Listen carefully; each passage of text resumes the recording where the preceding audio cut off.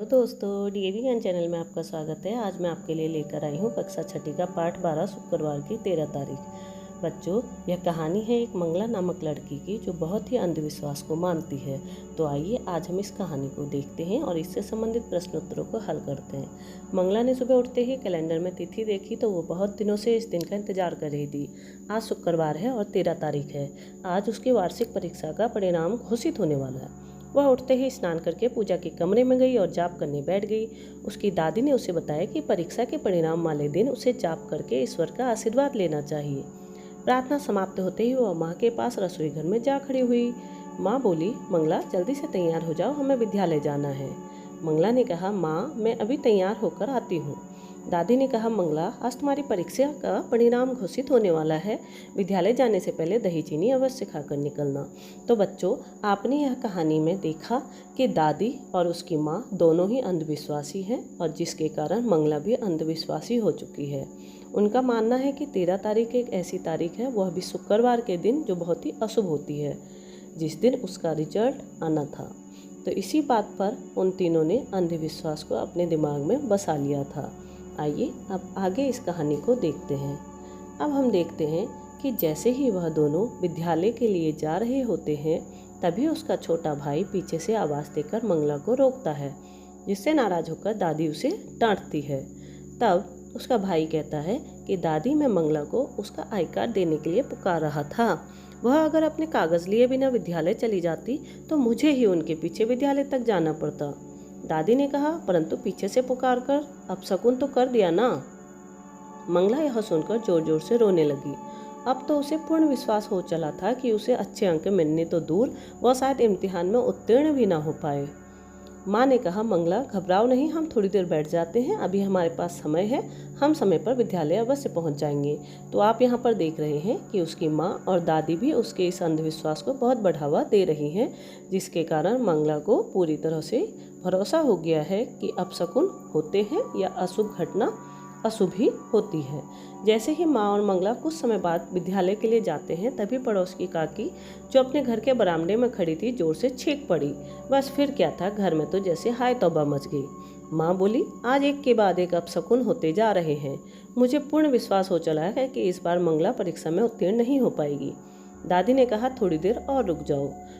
थोड़ी देर बाद वे दोनों फिर विद्यालय के लिए निकली। जैसे ही वे विद्यालय के प्रवेश करने लगी तभी एक काली बिल्ली उनके सामने से निकल गई। मंगला ने कहा, माँ काली बिल्ली, यह तो अशुभ है।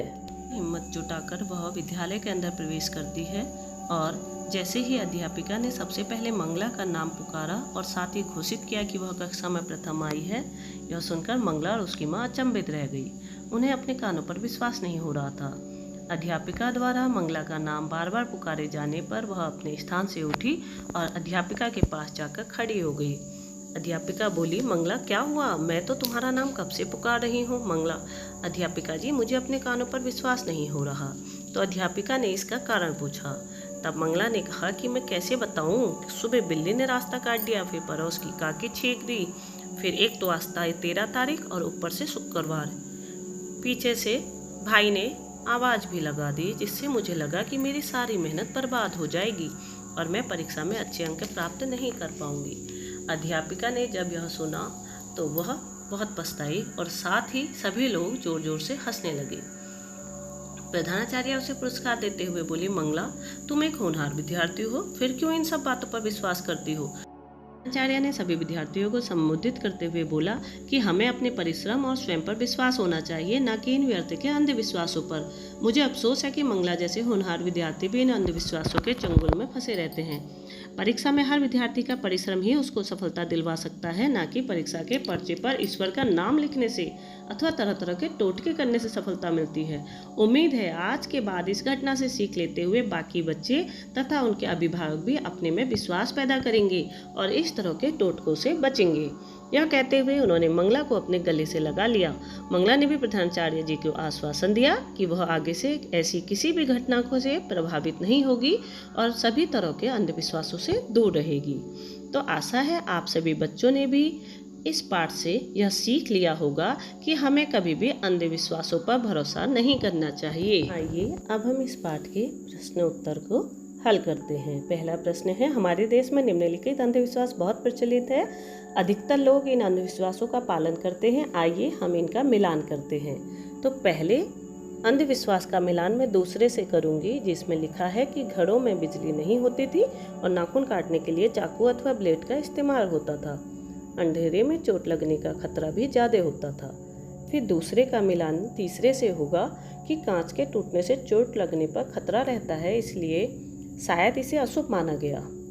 तीसरे का मिलान हम यहाँ पर चौथे से करेंगे। घरों में बिजली नहीं थी, सूरज ढलने के बाद झाड़ू लगाने से इसकी पूरी संभावना रहती थी कि कहीं कोई काम की वस्तु भी कूड़े के साथ ना फेंक दी जाए। और चौथे का मिलान पहले से होगा कि चाकू अपने तकिए के नीचे रखकर सोने से हर व्यक्ति को अपनी सुरक्षा का आभास अवश्य होता है। शायद उस आभास के कारण बुरे सपने नहीं आएंगे। अब है प्रश्न ख। प्रश्न 2 में यहाँ पर कुछ मान्यताएं दी गई हैं। इनमें से जो मान्यताएं आपके घर में चलती हैं उनको हमने चुनना है। तो यहाँ पर पहली और दूसरी मान्यताएं दोनों ही गलत हैं, जो मेरे घर में नहीं चलती हैं। फिर अगला है तीसरी चौथी, ये दोनों ही मान्यताएं मेरे घर में चलती हैं। और उसके बाद पांचवी छठी दोनों ही मेरे घर में नहीं चलती। और सातवीं आठवीं यह दोनों ही मान्यताएं मेरे घर में चलती हैं। आइए अब प्रश्न 2 देखते हैं। यहाँ पर शगुन तथा अपशगुन के बारे में कुछ चित्र दिए गए हैं। हमने इस चित्रों से इसका अर्थ लेना है। तो पहले चित्र में मेरा उत्तर है, इससे घर या व्यापार को बुरी नज़र नहीं लगती। दूसरा अंधविश्वास है, सिक्कों को नोट से हमेशा अलग ही रखें, क्योंकि ऐसा करने से माँ लक्ष्मी रुष्ट हो जाती है। तीसरा है, घोड़े की नाल दरवाजे पर टांगना, इससे बुरी नज़र और नकारात्मक ऊर्जा दूर होती है। अगला अंधविश्वास है, बच्चों के चेहरे पर काला टीका लगाना, क्योंकि इससे बच्चों को बुरी नज़र से दूर रखा जाता है। अब यहाँ पर कुछ मान्यताएं दी गई हैं जो अलग अलग देशों से संबंधित है। यहाँ पर मैंने उन देशों के बारे में लिख दिया है जहाँ से यह मान्यता संबंधित है। पहली मान्यता का संबंध है कि घर के अंदर छाता नहीं खोलना चाहिए। यह मान्यता चेन्नई में मानी जाती है। दूसरा है कि आधी रात के समय 12 अंगूर खाना शुभ माना जाता है, तो यह मान्यता स्पेन में चलती है। तीसरा है, नए साल के दिन घर के दरवाजे खोल देने चाहिए, यह भारत की मान्यता है। अगली मान्यता है कि घर के अंदर सीटी नहीं बजानी चाहिए, यह मान्यता भी भारत में ही चलती है। अंक 4 अशुभ माना जाता है, यह किस देश की मान्यता है? तो यह चीन की मान्यता है। अगला, इस देश के लोग नदियों में सिक्के डालना शुभ मानते हैं तथा कुत्ते का रोना अशुभ, यह भी भारत की मान्यता है। पाठ को पढ़ा और इससे संबंधित अभ्यास कार्य किया। आशा है आप सभी को अपने प्रश्नों के उत्तर मिल गए होंगे। यहाँ पर प्रश्न 4 आपके लिए है, जिसमें आपको एक पावर पॉइंट प्रस्तुति बनानी है, तो यह आप स्वयं ही करें। मैं आशा करती हूँ कि इस पाठ को समझने के लिए मेरी यह वीडियो अवश्य सहायता देगी। फिर मिलते हैं एक नई वीडियो में एक नए पाठ के साथ। तब तक के लिए नमस्कार।